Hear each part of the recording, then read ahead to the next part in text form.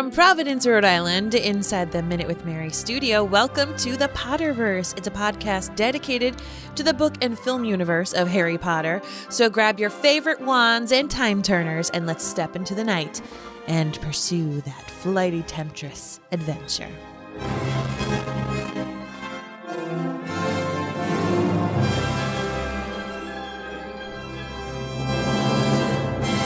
Well, hello, everybody, and welcome back. My name is Mary Larson. My name is Blake, and I've decided that McGonagall is sneaky cool. Welcome. sneaky Welcome cool. to being a fan. You know, Yes, she is. I've always been a fan. Okay. I'm never going to say that I wasn't a fan. But reading this chapter, she has that great... The Have a Biscuit. The Have a Biscuit. The infamous Have a Biscuit Potter. Yeah. But then also, too, she has that moment where she's like, oh, I found our new seeker, like back in, the first book. And sneaky rebellious, sneaky... Yes. I don't care what you think. Sneaky, I don't. You know what? I don't care about the man. The man's doesn't got me down. I'm gonna do what I want, and I like it. Like it. Not only do I like it, love it. Awesome. Well, I am here for that as well as are so many other Potter fans. You pretty much took my quote away, so I just pivoted and found a different quote. Oh no! Go with the quote. I mean, no, because that's really it. It's just go with the quote. Okay. Go with the quote. All right.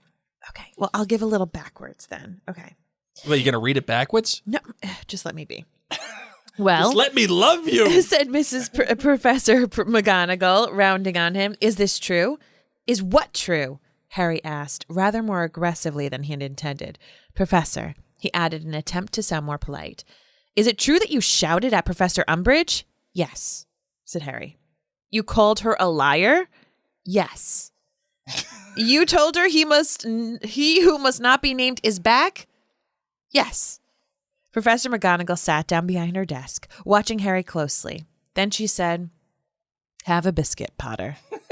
Have what? Have a biscuit, she repeated impatiently, indicating a tartan tin of cookies lying on top of one of the piles of papers on her desk. And sit down. Awesome. We all know the tartan tin of shortbread cookies. Oh, yes. And in pure Scottish professor style, of course, has a tin of tartan. Of course she does. Shortbread cookies. I flip and love this. It's probably her tartan, too. I bet you it's oh, yes. It's the McGonagall colors. I would love that for her. And I just love Harry's sure sense of yes, I called her a liar. Yes, you know what I you need did to that. do? You just need to change the name from Harry to Mary. Oh, is that what you were laughing? Yes. Yes. Mary, did you call her a liar? Yes. Mary, did you call her out in front of the entire class? Yes. Which I have done. Oh my God, yeah, Mary. You're right. Oh my goodness gracious. You're right. When we tell you that Mary is the most Gryffindor of Gryffindor, and we combined that with the most Taurus of Taurus, oh boy. It's something else. It is something, man. It is something else. Well, on that note, let's get into the show. I solemnly swear that I'm up to no good.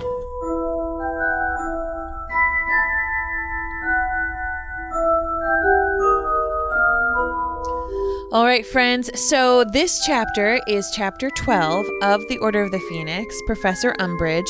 It's a lot. It pretty much should just actually be called the first day of school, in my opinion, because that's what happens. Fred and George get into, their burgeoning business a little bit. We learn about the OWLs, the Defense Against the Dark Arts craziness situation with Dolores Umbridge that we're going to be talking a lot about. And then, of course, McGonagall telling Harry, have a biscuit and you better watch your back. Yeah. Mary, why do you think the author, or better yet, even the editors really decided, okay, that this is where we're going to go.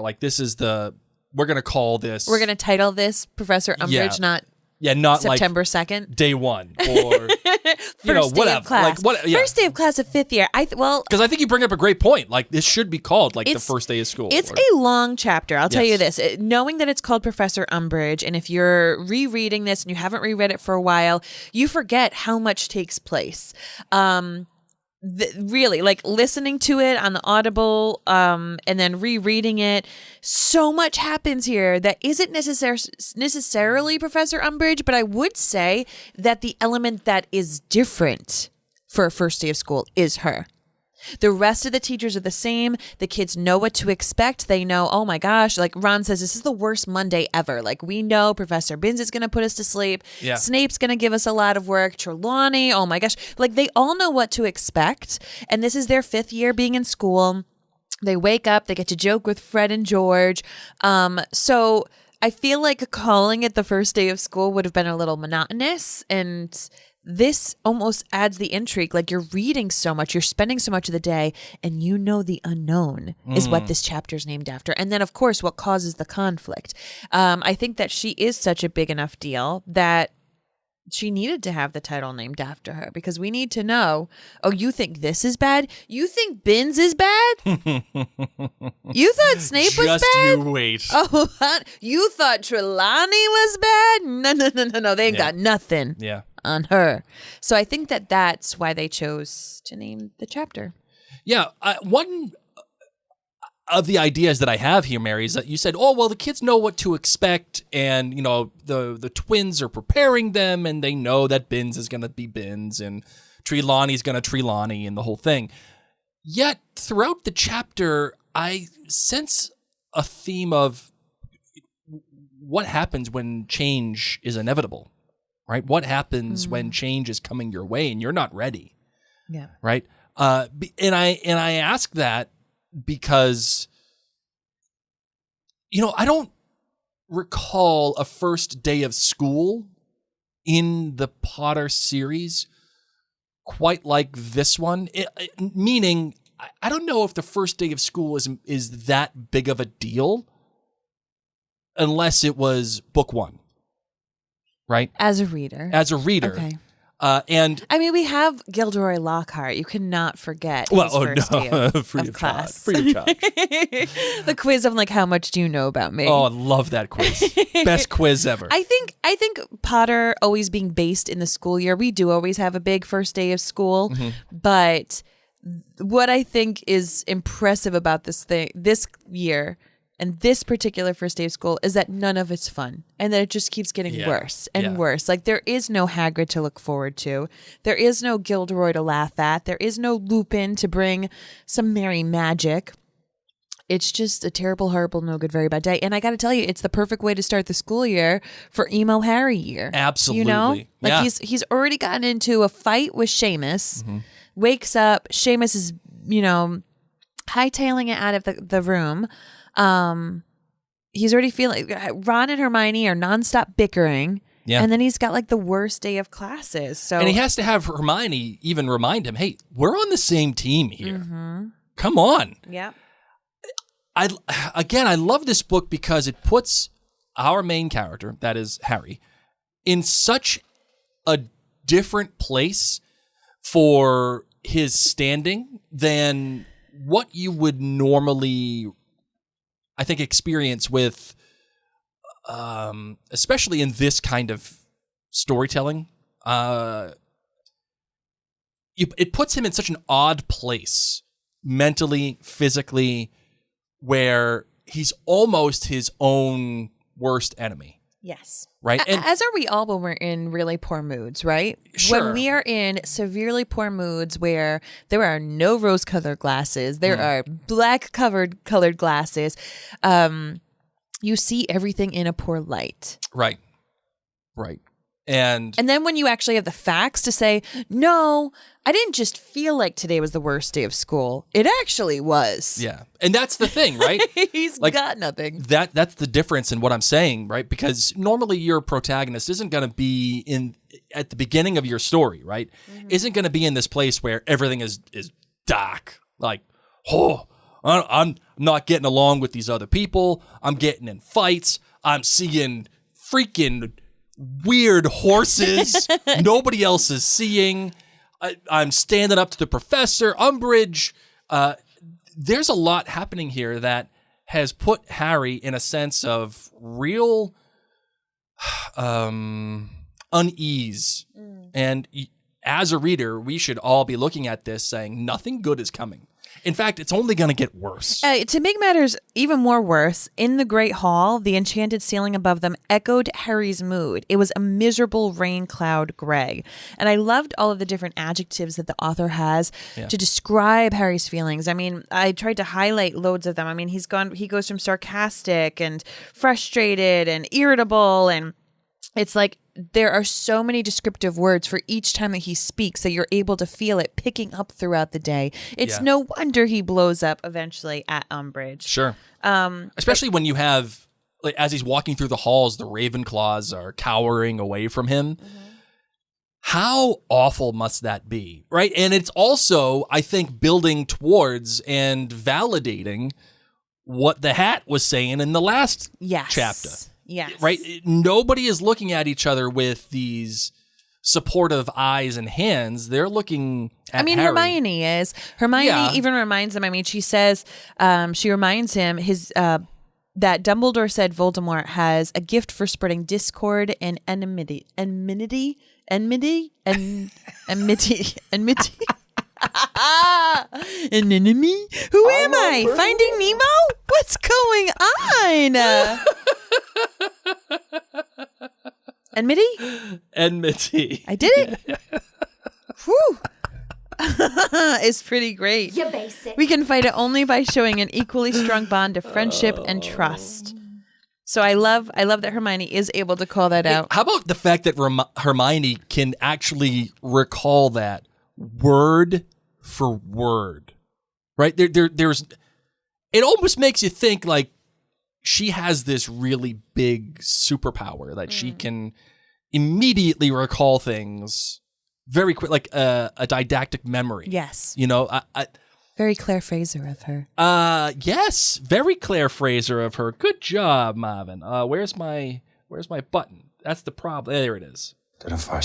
Gotcha.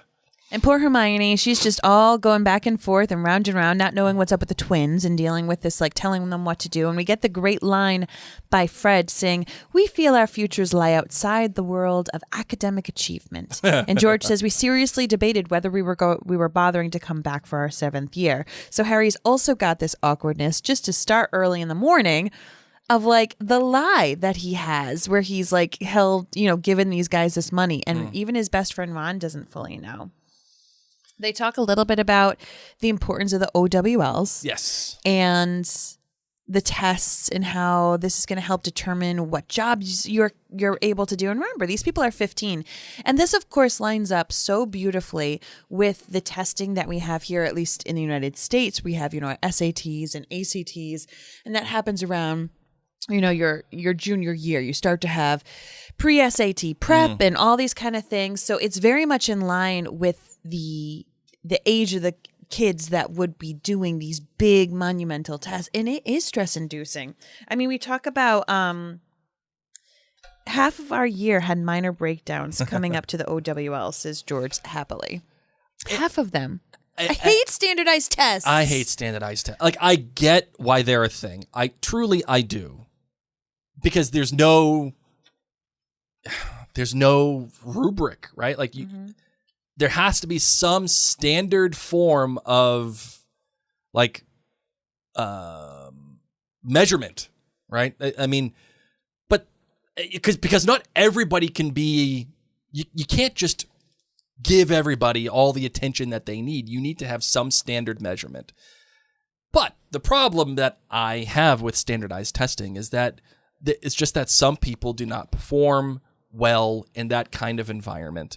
And as such, you may not be getting the best reading of that child or of that person through that standard measurement. My best SAT score was taken, because I think I took it 2 or 3 times. My best one, I was essentially high on cold medicine. I had a massive sinus infection and I was super duper sick and I didn't want to cancel it. You pay, you have to do all this stuff. So I just took a ton of cold medicine, would take the test. I was so tired and so exhausted from this medicine that I would sleep. When you'd get to the end of a part and you couldn't move forward. And normally you're supposed to go back and double check your work. I don't think I ever had that problem. Or people didn't make it to the end. I would get to the end. See. And I took naps. During my God. SATs, I would put my pencil down, took naps, and then when they said, okay, it's time for the next section, the person would come around and wake me up. And then I did my best in that test. Oh my goodness gracious. I'm like, oh my gosh, everyone just needs to be super relaxed. Oh yeah, man. Just, come in and take some Dayquil. barbiturates and Oh my have goodness some fun. gracious.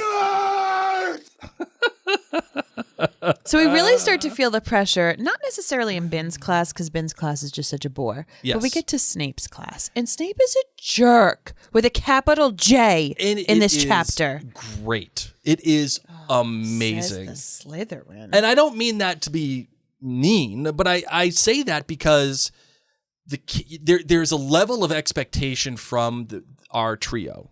Hey, Snape's part of the Order of the Phoenix. Maybe he'll go a little bit easier on us. Maybe he'll take things a little bit with a little bit more grain of salt here. And nope. And it's the author's way of telling you, just because there's a difference here, it doesn't mean that this person is going to change or evolve or whatever. He is what he is, and the children's relationship with him is going to remain as is. Yes. And even furthering that tension, because the kids expected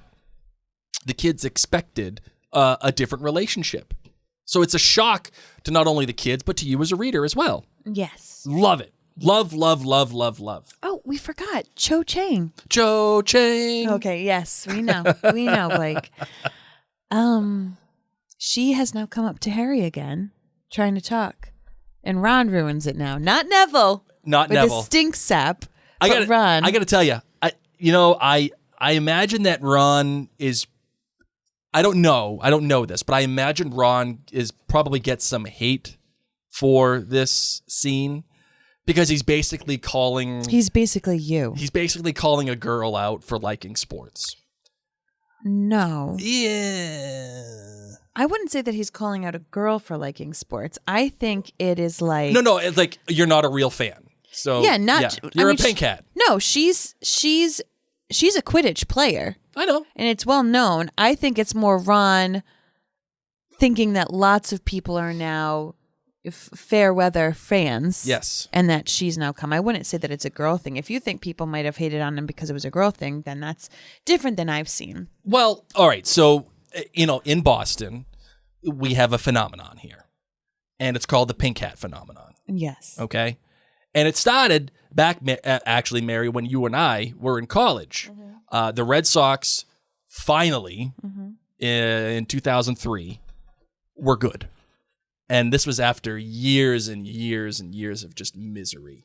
In 2003, they were 1 out away, or a few outs away from getting to the World Series. And then in 2004, they were going to they went to the World Series and then won. And then during that time period, like during those playoffs, especially after they had beaten the Yankees and come back from a 3-game deficit, something happened.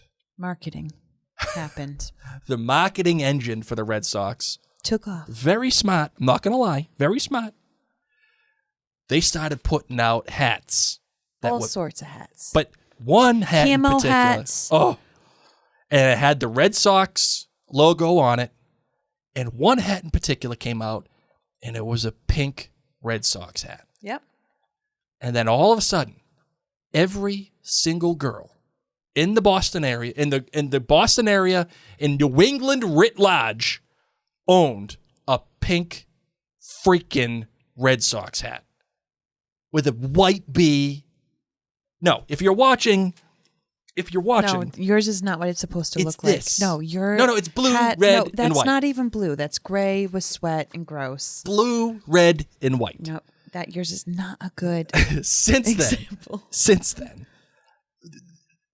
they became a big part of the lexicon in the area, just because it was like, oh, a bunch of people all of a sudden decided they were going to like the Red Sox, and it was the cool thing to talk about, and that kind of ended up happening with the Patriots too, because they both had this resurgence right around the same time. And then you had a bunch of pink hats for the Patriots. And now anybody that just comes in because, oh, it's the cool thing to do, we're calling you a pink hat. You're a pink hat. So what I mean is Ron's calling out Cho for being a pink hat, essentially. And I'm saying, I don't know if Cho is a pink hat. She might be a pink hat. She may not be a pink hat. She says she's been a fan since she was 6 years old. That's what the pink hats say. You want to know something that's going to ruin? I've known this team since they were that's going 6. to ruin you? What? I owned a pink hat. Of course you did. See? Of course. Exactly. Oh my God. If and this anybody. is why had we met Oh. in college, we would not be the Marion Blake that we are today. If I seen you with a pink hat. Oh, I just would have found you so arrogant and rude. Wearing a pink hat. I still do, but I love you at least. You tricked me. Can't believe. You imperioed me. Yeah, exactly. Pink hat. Yes. No. I think it's great. If you're going to wear your team's colors, wear the team's colors. Cho Chang, no. You want to know what the Red Sox even did? They even made like Harry Potter themed hats. Yeah, So, they did. You want to know why? Because they're so bad right now that they need these gimmicks. Anyway. They made Barbie uniforms. we are going to move on because Cho Chang is a real fan. My whole point was this. You're being Ron. You know what? I'm not saying that Ron is right, but I do have to say, there's room for him to be right. There's room there. I think Ron would have noticed. She probably had that badge on for years, and he's just too blockheaded and too busy eating mashed potatoes to notice that Cho Chang had this pin on forever. Also a very, very valid point. Oh, goodness me. But, Harry can't catch a break. Kid can't catch a break. Though he does recognize, oh, yeah, she doesn't hate me. Interesting. Nice little bit there. It is a nice bit, Blake. We're moving on. Okay. We go to the Defense Against the Dark Arts classroom. And Yes. Professor Umbridge, once again, she's seated at the teacher's desk wearing the fluffy pink cardigan of the night before and a black velvet bow on the top of her head. Harry was again reminded forcibly of a large fly perched unwisely on the top of an even larger toad. All I can picture is Mike Pence with the fly on his head. So picture Mike Pence in a pink cardigan. For our younger listeners, go Google Mike Pence Fly. It was something that happened in a presidential debate in 16? I don't even remember. I think it was 16. But then I watched the SNL thing about it. Oh, my God. I will never think about a fly on somebody's head without thinking of this moment of television gold. I remember watching that debate with you. Oh, my God. Somebody, please tell him that there is this giant black fly on a bed of white silver hair. So just my friends, think Umbridge. Think Umbridge, because that's what it looked like to Harry. No matter what your politics is, you could look. You just have to laugh at that. You have to. Here's what's so tough is that Umbridge goes on her talk, of course, about how the Defense Against the Dark Arts classes have not been up to standards for quite some time. Yeah. Fact.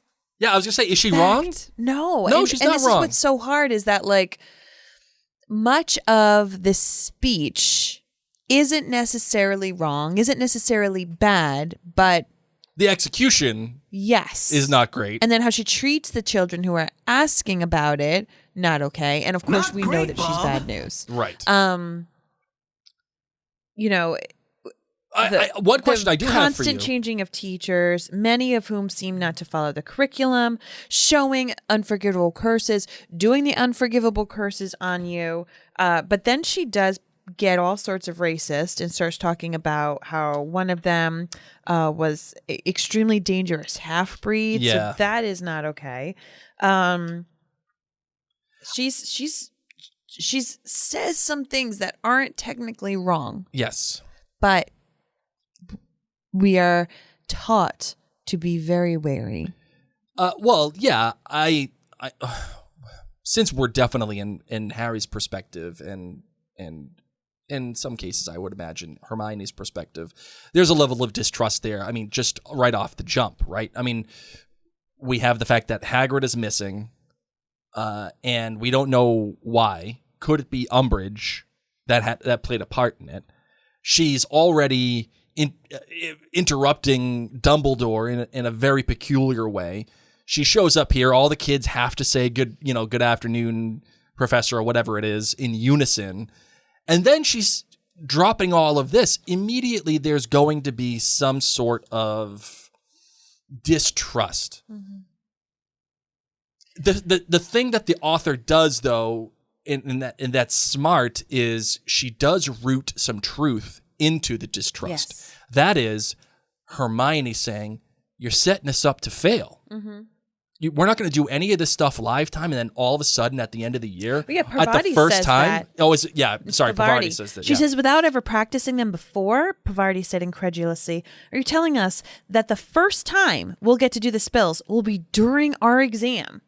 Yeah, it's setting the kids up to fail, and it's not wrong. I mean, do you agree with that sentiment? Oh my gosh, no! It's completely wrong. I think it's unbelievably bad. Yeah. And Mary, too, another thing that you have to consider as well in all of this, where, they're altering the paths of these children and how they're setting them up for failure, right? Mm-hmm. By making them face these choices of not doing these practical spells. Ultimately, it kind of shows you at least the mindset of the ministry, and I think in particular Fudge, right? Okay. Right, because he's the one that I think is behind all of this, right? And he's doing it just so that he can keep power over all of these people. And it shows you that he's willing to, I don't want to say sacrifice these kids, but willing to put them in a far less powerful position than they probably would be able to do if they just had the normal education that they were supposed to have. I mean, I wouldn't really necessarily put all of this ownership on Fudge. I would put a lot of it on Umbridge herself and her abuse of power. I see Fudge, honestly, as being really dumb and overwhelmed. And I feel like a lot of these choices that Dolores makes are her own. So then what do you think is the reason, right? Because it's great that we have this choice. It's great that we see Hermione and Parvati and all of these people kind of rebel against it, including Harry. But if Fudge isn't the one that's behind it for the sake of his power, what then is the motivation of the choice? Why, right? That is the most important thing we can all answer as storytellers or as people that are watching movies or reading books. Why? I think Fudge is afraid. I think Fudge is jealous of Dumbledore and his brilliance and his potential for power. So I think Fudge is very afraid of the unknown. Sure. And whether or not he makes every single one of these decisions that Dolores Umbridge plays out is where I'm saying I think she does a lot of this herself. I definitely think he said, we need more control. We don't have a good handle on what's going on at Hogwarts. And I feel like she raised her hand and said, I love education. I love schools. I did my senior thesis on, curriculum writing. Like, I feel like she took the initiative to take it steps further. But I think this is based out of the government as a whole's fear and trying to control what they think they can control. Fair. While this unknown is out there. Right. But I think you answered the question in a very interesting manner. Oh. That being... Didn't mean to. Well, no. I think you did. That being, when I asked you, why is Fudge wanting to do this? You said, well, I don't know if it's Fudge who's doing this. I think he's kind of dumb. I think I put more of it on Umbridge herself. So I guess my follow-up question to you, Mary, is why, then, is Umbridge making this choice? Like, why is she choosing to not have the kids do the things that they need to do? Why is she taking such a controlling role in the dark arts class? Once again, fear-based, right? Plus, okay, so let's ignore what we know about Professor Umbridge. Sure. Okay, let's pretend that she actually is a good person. We know she's not. We know she's not. But imagine that she is a government official who has been tasked with keep some, go check in on Hogwarts. Mm-hmm. We've had these reports. A kid just died. The last year, their professor was actually someone who it wasn't. There's chaos. There are probably parents who've been writing to the government saying someone died. Mm-hmm. My kid was taught by a criminal. The year before, I think they said he was a werewolf. What has happened to Gilderoy Lockhart? Where'd Quirrell go? Where's Quirrell? What the hell is going on? Because remember, the parents, we don't hear about family weekend. Okay, they're not there having a presence. We don't necessarily hear about them coming to all the Quidditch matches and having tours around the school and seeing everybody. So there is a lot of unknown. Mm-hmm. So I feel like there have been plenty of scared parents who've been calling into Hogwarts, and when they don't get the answers that they want, because Dumbledore probably's voicemail is full. You know he just leaves it at full. He does not check. There's no deleting his voicemails. No. None. So they've been contacting Fudge, and the stack of howlers on his desk from angry parents who were like, what do you mean a kid died at Hogwarts? What is going on? How in the world was a 14-year-old allowed into the Triwizard Tournament? Why were there 4 kids when it's called the Triwizard Tournament? What is going on? I think Fudge is like, oh my God, it needs to stop. Yeah. Something is going wrong. So once again, pretend Dolores Umbridge, we don't know is bad. She says, I like school. I like order. I'm all about this. Let me go in. I'd love to put some systems in place. Can I do evaluations? Who knows if they're having evaluations? I can go in and see what's being taught. I can then report to you. I've always wanted to be a teacher. I can be both. She goes on in, sees what the kids have been taught. Imperious curses taught by a criminal, werewolf. Gilderoy Lockhart, let's be real. Yeah. Free of charge. His class sucked. They did not learn anything in there, really. Cornish pixies. Yeah, good luck with that. And then Quirrell. Yeah. Bippity boppity, boo, where'd you go? Drinking some unicorn blood. So, yes. So she comes in and looks at the previous, report cards, course curriculums, and is like, holy smokes. This would be like going into a 5th grade classroom and finding out the kids don't know how to read. Interesting, Mary. Okay. Sitting down. I mean, truly, what in the world has gone on? Oh, it's essentially like teachers put movies on for them. Oh, yeah, they watch Sesame Street. Yeah. They learn. And then, last year's guy, he just acted out Shakespeare plays. That's kind of teaching. Violent, yes, but still kind of teaching. So she comes in, once again, different universe, pretend she's not bad, sees the lack of curriculum, sees the lack of essential building blocks, sees the terrible things they've been taught, and she's like, we got to start at square one. Let's be real. Good point. Good point. What in the world? So is she wrong in any of this? Again, we've talked about the execution, but is she wrong? Here's where she's wrong. The fact that she's saying you will not need to practice any spells. That's wrong. And why is she saying you will not need to practice any spells? That, right now, in my opinion, is out of fear. Because she's like, these people have been taught by, in her words, a half-breed. And by a crazy, deranged, Azkaban convict. Yeah. And by Gilderoy Lockhart, who's cuckoo for Cocoa Puffs. So here she is, probably also saying, I don't want them to practice any spells on me. Look at the other guys. Some kid died last year. Yeah. I don't know how he died. Sure. Yeah, look at the other guys. Gilderoy's still in St. Mungo's. Yeah. We still can't find Quirrell. Yeah, Juan's away. Thank you very much. Juan's away, far away. But there's even here, Mary, some textual evidence where she says you'll have enough. The ministry believes you'll have enough training where you won't need to practice. Yeah, that's not. The training is good enough. That's where I draw the line. And I would agree with you. And to me, that is reflective of somebody who kind of farts and thinks it smells good. Yes. And Right? then that's where it goes downward. When Pavarti stands up and says, No. We need to be able to do this before our test. Right. And that's where she says no. And then that's where Dean and Harry lay into her. And Right. from that moment on, there's no going back. You're calling Harry Potter a liar. You're saying this in front of his class.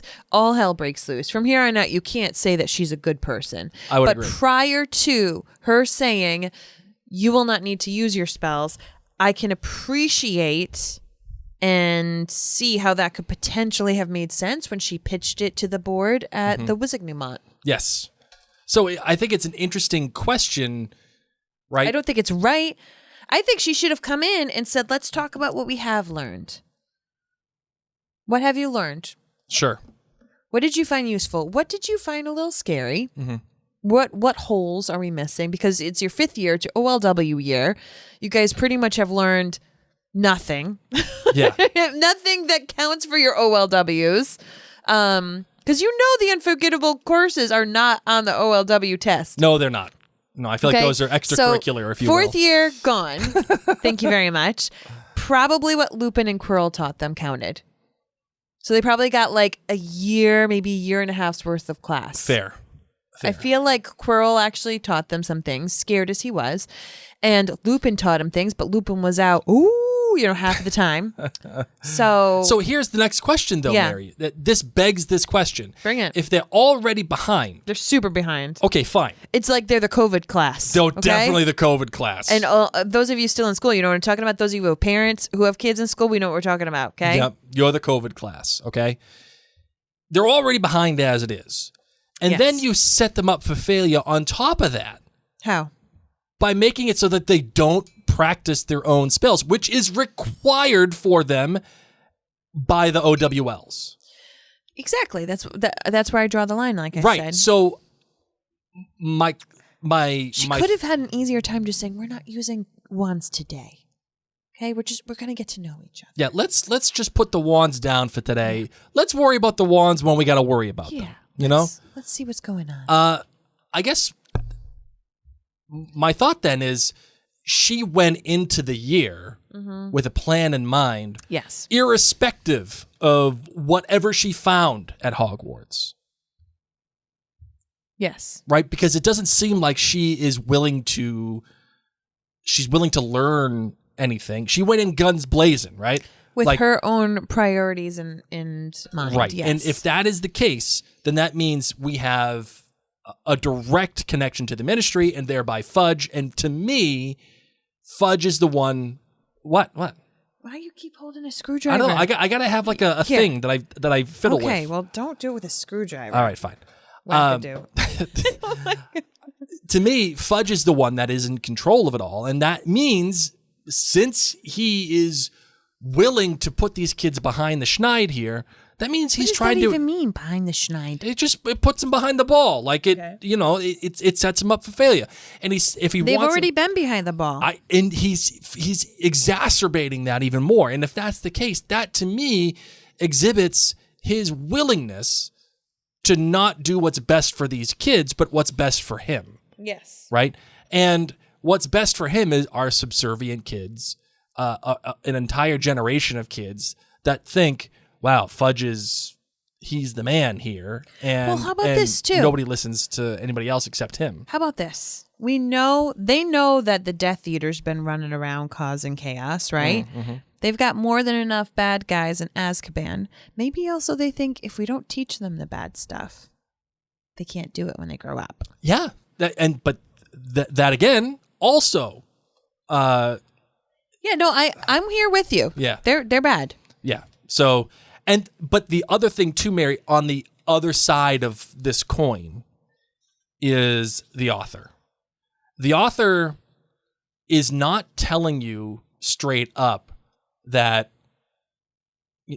Umbridge is bad necessarily, Fudge is bad necessarily, because you have to read between the lines. What the author is telling you, though, is that, and this is through McGonagall's voice, is if you're gonna be a disruptor, disrupt a certain way, right? Don't just come kicking doors down. Why don't you learn the politics a little bit, play the Game of Thrones, if you will, okay? And then you can have a cookie. That is a terrific thesis about how to operate within the wizarding world. And if that's the case, that in and of itself says not a lot of good things about the wizarding world. If That's what we find in book 5, my love. I'm glad you got to that conclusion. No. There's dark things out there. It's wicked The dark storm's out there. coming. All right, Marvin, you got anything else you want to say about this chapter? Interestingly enough, during the class, like having their outbursts, it's obviously mostly Harry and Hermione. Ron says, "We're not going to use magic." Ron ejaculated loudly. Interesting choice. Interesting choice, author. And that's all he says during all of this. So I found it quite interesting because Ron is such a loudmouth and, gets all into it. Yeah. That is what he does. And I wonder if that was on purpose because then, as I said, Dean Thomas gets into it. And he's speaking up quite a lot. Then we have Hermione back in it and Potter's back in it. Then Pavarti gets into it and she's all huffing and puffing. And Ron so far still has been quiet. So would you have acted like Harry? Yeah. Would you like talking out to the professor like that? Yes. Man, I don't think I would have. I would have. I don't think I got kicked out of Sunday school class and told the teacher they needed to reevaluate if they were going to heaven. Fun fact. I was raised in many different churches and ended up in a church that this denomination said that Catholics are going to hell. This particular church, this particular Sunday school teacher said that Catholics were going to hell because they prayed to Mary. Nice guy. Yeah. And most of my family is Catholic. Yeah. And so I just had an aunt that passed away. And I said, well, what about Mother Teresa? And they said, Mother Teresa equals Catholic equals hell. And I said, if you think Mother Teresa's in hell, you need to reevaluate where you're going. Yeah. And guess how old I was? 15. 15. Oh, that a girl. Yes. Get those hormones raging. Oh, I was done. Oh. I was done. He didn't like me because I asked questions like, oh, what about, say there's like a wonderful child who's like grown up and they never heard about this faith and say they lived a really good life and they just never learned about this and they say, we're sorry, still equals hell. And I was like, you've got to be kidding me, man. My hormones are about to explode. And then it was that. And I just lost my Aunt Marge. I had an Aunt Marge. Wow, interesting. Yeah, I just lost her a little while ago and I just couldn't take it. So he stood right up. He told the whole class to stay seated. He stood right up and he went, interrupted church and got my parents out of church. Nice. He told them I couldn't come back to Sunday school. Nice. They were pissed. I'm sure he had that authority too. I don't know. Yeah. I mean. But knowing your parents, they'd be like, oh, okay, all right. Oh, no, they were, yeah, they were very they upset. They were very upset. They were like, what did you do? He said you told him he was going to hell. And I was like, not exactly, kind of, not really. It was more implicit. And they were like, you said you can't go back to Sunday school. What are we going to do with you? I was like, I don't know. Keep me home. Not my problem, man. Find a new church. And then once I told them what he said, they agreed that it was okay that I said that. Yeah. But they were mortified. Oh, my goodness. Came in, your teenage daughter nice. told me I'm not going to heaven. Oh, no. Yeah, no, I would 100%. I mean, hello, Harry. saw Cedric die. Like Yes. 100%, I would be standing up. Like 100%, I would have done this. Yep. All right. Got anything else you want to say about this chapter? Well, I thought it was just interesting about Ron. So No, I know. I agree. I'm just saying. Do you want to? Peeves being a jerk. Yeah, Peeves. Crackpots feeling cranky. Oh, Out on goodness Peeves. gracious. Out on Peeves. And then, yeah, like you said, McGonagall saying that the ministry's interfering. McGonagall knows what's up. All right. You ready for a different perspective? Okay. Let's do it. Holy cricket! You're Harry Potter! I'm Hermione Granger. And you are? I'm Sybil Trelawney. Sybil! Hi. Hey, I thought I smelled some incense. What are we doing you're here? welcome. You're welcome. May it raise the vibrations of this room. You're going to have a great weekend. I can tell you that. Oh, yes. Oh, yes. I don't even want to say I hope you have a good day because I know you will. Do you want to tell me why I'm going to have a good weekend? That's for you to find Oh, out. The and journey for you will to know? be magnificent. Oh, gotcha. What I can tell you Okay, yep. is that standardized testing Mm-hmm. Yep. isn't necessarily important for divination. Uh-huh. Yep. I myself, for example, believe it or not, did not perform well No. on my OWLs or NEWTs, NEWTS. I refuse to believe that. I felt like it would be unfair Uh-huh. to use my seeing eye to get yes. all of the answers correctly. Yes. Well, So I mean, I figured I would just, I know where my strengths are, Mm-hmm, and I don't need a test to tell me that. no, because you already have all the answers. You don't need no do, tests. I do. And so, it's really important for my students to understand, the divinity and understanding the dream interpretations and just, sitting. Lots of sitting. Hey, can you tell me your thoughts on Umbridge and the vibe that she's emitting, if you will? Oh, yes. Yes. Okay. What do you got?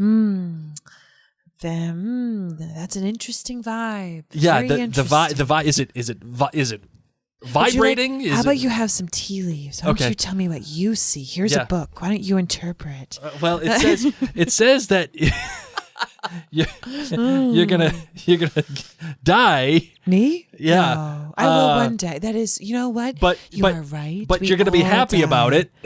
We all yes. You are wise. You are a wise one. We're all dying every day, right, Trelawney? We are. So let's live in the present. Or for people like me who can see the future. Oh. We may be there as well. End scene. I loved that. She was like, we don't all need to do well on tests. Yeah, because you probably didn't. All right, we got some. We know why you're at this school. Dumbledore's like, I gotta hold on to you, spider monkey. We finally got some. What's it called? Emails? Yes, we've always had emails, but we have some time to get to some of the emails. Yes, we do. All right, you ready? Here we go. Oh, mail's here. All right, I'll do the first one. This one comes from Sophia. Hello, she says, Sophia. What is your least favorite Harry Potter character? Tell you mine right off the bat. Okay. Justin Finch Fletchley. Oh, we knew. JFF sucks. He sucks. All right, who do you got, Mary? Professor Sinestra. Who the hell is Professor Sinestra? Point proven. Thanks. You could have been like, yeah, that guy, Steve. And I'd been like, yeah, okay. There yeah, you sure. go. Yeah. I feel like throwaway characters who have a presence but don't do anything. What are you doing? Yeah, Why are you what taking am I- up space? Yeah, you wasted my time. Exactly. Justin Finch Fletchley had a purpose. Yeah, to suck. Oh my God. So there you go. What you getting at here? Number 2, non-Harry Potter related question, but what is your favorite Harry Potter food? Butterbeer. Oh, shepherd's pie. It's actually something that Harry ate in this chapter, and I got really excited because I love shepherd's pie as well. See, this is a multi-layered question. Is it? Yeah, because does it have to be Harry Potter specific, or is it just Harry Potter adjacent? Like, to me, shepherd's pie is Harry Potter adjacent. It's not Harry Potter specific. Butterbeer is specific. right? Fine. Yes, Blake. No, it I'm is. just wondering. Okay, yes. I'm just wondering. No, Harry eats a lot of normal food. Sure. I love butterbeer as well. Okay. All right. Fair. Lastly, if you could stop any Harry Potter character from dying, who would it be? Great question. Remus Lupin. Ah, okay. Do you have a reason? I just feel like he pulled the short stick in life, and at the very end, he gets to have love and have a kid, and then he's dead. Yeah, that sucks. For me, I would say Sirius Black. I think I really love Sirius. I think he is good, a good person, a representation of what it is. Actually, Mary and I have said this multiple times, where we want our godparents that we choose for our children to be Sirius Black, for our children. And I think Harry deserves his at least some modicum of family outside of the Weasleys. I think he deserves a direct connection to his parents. And that doesn't necessarily have to be like blood. It doesn't but Sirius is a direct connection. However, another person that I would love to stop dying, Bellatrix. Interesting. I would love to stop that, because if there was to ever be anything after this, Bellatrix being alive through all of this, Maudon, that'd be awesome. Oh my God. Especially if she teamed up with like Martha Stewart and they had like, previous convicts TV show. Like if she was on The View or something. She was like the spicy one on The View. Oh, the one that didn't care about what she said. Yes. She's just going to say it regardless. Love it. I would love to have her as like a political commentator. Oh my God, I would love to have her as like the Macy's Thanksgiving Day Parade commentator. Oh, as like the late night yes. for like the Olympics. Yes. What the hell is that? She's You call that a like sports. the after dark hours after Johnny Weir and what's her name? After they're done with the ice skating, then it gets to Bellatrix. Yeah. And Bellatrix just She and Tanya Harding. unleashes. Yeah. She and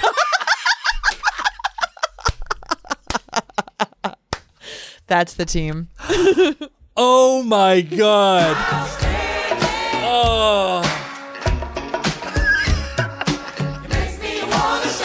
Oh, okay. For you younger listeners, go ask your parents about Tanya Harding. That is a great pull, Mary. Great pull. All right. The next one I have here is from Megan. Megan, you all right? Sorry. Yes. We okay yes, here? I'm okay. All right, good. This one comes from Megan, and she says, I've been listening to your Potterverse podcast for some time now. It's been keeping my commutes in and out of Los Angeles entertaining through all the traffic. Yay. I've been wanting to write into you, but wanted to wait, though, until I caught up into the released episodes. And she just finished Order of the Phoenix Chapter 6. What you guys were talking about in that particular episode made me finally write in. Nice. I grew up not knowing anything about Harry Potter, but my good family friends were obsessed. Both their family and mine are really big. They have 11 kids and we have 8. Oh my word. That's a lot of freaking kids. Holy smokes. And whenever we'd get together, it was a madhouse, but in the best way. We would usually spend our time acting out movies we liked, where everyone would be assigned characters. I remember a few times they would try to suggest we play Harry Potter, but my family knew nothing of the series. So it never really ended up happening. But what I do remember is that they would always make me Ginny Weasley because, well, I'm the token ginger of the group. Fast forward to years later when I was in junior high, my parents allowed my older siblings and myself to start reading Harry Potter. It quickly trickled through the family, and all of us were definite Potterheads by then. And when I started reading the series, I remembered how in the past my friends would say I was Ginny. So I was reading, and I envisioned a version of myself as Ginny. Cool. When mentally visualizing these characters. The Order of the Phoenix quickly became my favorite in the series because it's when we, as the readers, truly see the strength, sass, and amazing qualities of Ginny Weasley. You really spoke about that during the chapter 6 podcast, and as I listened, I was nodding along and agreeing with everything you were saying about her character. And I remember being so disappointed with her portrayal in the films, not the fault of Bonnie Wright, of course. Agreed. And I really wish those who hadn't read the books could see the strength of her character. And even when I started expressing my love for acting and started into the industry, I had some family and friends telling me I would make a great Ginny. If only. Anyway, I guess just to sum it all up, I want to say I agree with Blake that this book was the best in the series. Of course it is. You want to know why? Because I said so. That's why. God. And I just love how it's not only Harry, Ron, and Hermione facing the final battle at the end of the book, but some other characters are seen for their bravery and power as well. Thank you for making such an entertaining and magical podcast to brighten up even the dullest of commutes. I can't wait to hear much more and hope I can eventually tune in for a live episode or two one of these days. Thank you. Thank you so much. Well, That was was it Megan? that was Megan, Yes, yes. Megan, thank you so much. Of course, it is the best book. I'm glad that you agree with me because I'm right, and that's just how it works. That's how it works in this game. I'm right. You drive me crazy. Yeah, but in a good way, don't I? Sure. All right, the next one comes from Maureen. She says, I had to write to you after listening to the latest episode of the Potterverse for which Reese participated because that little lad is just brilliant. Thanks. How old is he again? I'm going to let Blake finish this episode. Our dog is going wild, so I need to see what's going on. I can come back if I can, but if not, you've got this. You've got the emails. All right, fair enough. Our little lad, he is 10 years old now, which is pretty amazing. I can't believe that he is that old now. Oh my God. Anyway, yeah, he's 10. So Maureen continues on saying that he was so well versed in the wizarding world and has such a great vocabulary. Well, thank you. And so many great points. I'm impressed. Can he chime in more often? Also, I noticed he mentioned his imagination getting better, and that made me think that if that is not already the case, I think that he would thrive playing Dungeons and Dragons. Also, there are unofficial TTRPG games that are Harry Potter themed that he would probably like to do. That's all for me, as always. Love your podcast and look forward to continuing this Harry Potter journey with you all. Well, thank you, Maureen. Yes, if the nerds want more of our little lad joining the podcast, I'm sure that we could make that happen. We thought it was fun to have him on and to discuss things.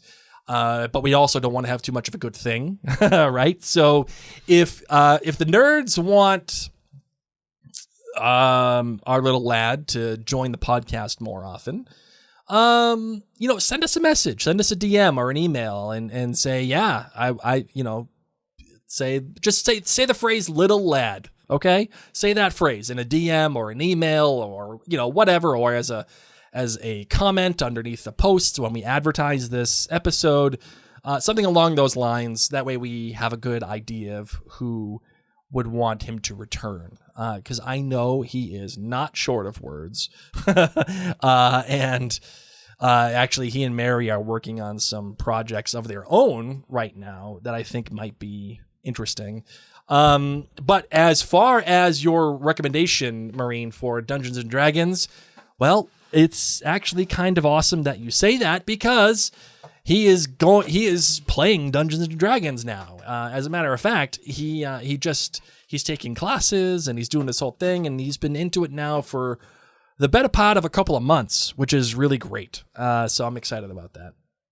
The next one comes from actually we got a voicemail, Mary. And I will play it. Hold on one second. Let me bring it up here because I gotta get the thing. All right, here it is. Okay, Marvin, you want to hear it? Sure. All right. Hey, Mary, Blake, and Reese. This is Kevin from Canada again, and I'm so happy you read my email on your podcast. Hey, Kevin. I know that Reese said I made his day, but when he remembered me and gave me that special shout out at the end of the show, he absolutely made my day too. Aww. So when he said he was sorted in Slytherin House, my fist went up in the air in triumph. That's right. I wanted to send this clip to formally welcome you, Reese, to Slytherin House. Oh. I was pretty surprised, to be honest, when I was sorted myself in Slytherin, especially when it kept happening every single time I did a new sorting quiz. But I've come to realize over time that the books were quite prejudiced against Slytherin. That's right. Because it was told from points of view of characters in the other houses. Those sorted in Slytherin are usually dedicated, they're ambitious, and they seize opportunities when they're offered. I think Slytherins actually show a good mix of Ravenclaw and Gryffindor traits, as they use both their mind and their heart to achieve their goals. So Reese, I hope you can embrace this house and, look past some of the more problematic characters that were in Slytherin in recent times. Even the Sorting Hat recognizes the talents and the greatness that are associated with Slytherin. Mary and Blake, you'll probably hear from me a lot now that I'm a Nerd Clan member and listening to your episodes as soon as I get a notification. But I'll let you judge which emails to read on the show and which to just ponder over as you prepare for recording. Again, special thank you to Reese for making my day, and I can't wait to hear from you the next time that you join your parents on the Potterverse. Peace and love from Kevin in Canada. Yay! All right, Kevin in Canada. I love it. By the way, Kevin, nerds, you're awesome. Nerds, if you ever want to leave us a voicemail or whatever, you can. Just go to maryandblake.com. And if you have some comments for us that are audio-based, it's the same process that we have for all of our other podcasts. Just go to maryandblake.com, check on the contact button. From there, you'll see a voicemail tab, and you'll be able to send us a voicemail just like that, directly right to our mailbox. And we can play any questions, comments, concerns, or any other ideas you want us to go over for the Potterverse. We'll play them right on the air, just like that. All right, Marvin, we got one last one. Okay. And unfortunately, I don't have the name of the person here, so I apologize. Oh, no, I got it. Never mind. I was wrong. This one comes from Ashley. Okay. Hi, Ashley. She says, Mary Blake, I am listening through and just got to the conversation about why Harry didn't see the Thestrals on his trip leaving Hogwarts after the Triwizard Tournament, but then saw them at the beginning of his next year. Another person wrote in to say that maybe it was because he didn't actually see Cedric die. This could be true, and it could be that over the summer while he was having the nightmares of that night, they were actually partly from Voldemort's perspective, which is the Horcrux connection and Voldemort being back. Harry himself didn't see Cedric die. That's why he didn't see them leaving school. But then, over the summer, as he had the dreams partly from Voldemort's perspective, he fully witnessed the murder, leading him to see the Thestrals in the fall, returning to school. Just a thought. Love the podcast. Your thoughts, Mary? This is amazing and wild and awesome. I kind of like it a lot. I think this is a great take. Yeah. This is a great take.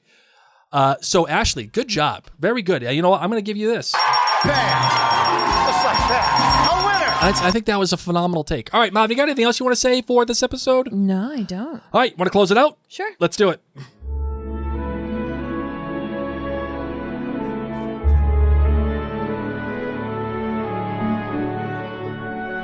Thank you so incredibly much for tuning into this episode of the Potterverse. We are just so lucky to have you in this fandom alongside us as we get to divulge into every single chapter and the whodunit and the whys and the extra meanings behind it. Thanks for nerding out with us. That's what we're here for, man. Everybody loves something, right? And you don't be afraid of what you love. Mm-hmm. Come out here, nerd out with the other nerds that are just like you. We're going to geek out about things. We may not always agree. We may not always have the same ideas, but the idea, really, is to come here and just love on the stuff that we do. Make it a community. Why Speaking not, of man? community, of course, we want to thank our friends like Kevin, who are members at jointhenerdclan.com for as little as $2 a month. That's less than a cup of coffee. You can help keep the lights on in our studio, We got a lot the of lights. website fees going on. You can't It takes see them, a but we lot. got them. We're not part of like a mega podcast conglomerate. A lot of these podcasts that you listen to or you see, they've got like massive sponsors and backers and all this stuff. We don't. And we don't. We're like McGonagall. Screw the band. Yeah, we are mom and pop podcast shop to the max. So we appreciate your support. On that note, my name's Mary. My name is Blake. And mischief managed. Get it right, Marvin. Sorry, Protect the our anchor. dog is like chasing the cat, and I hear hissing. It's chaos.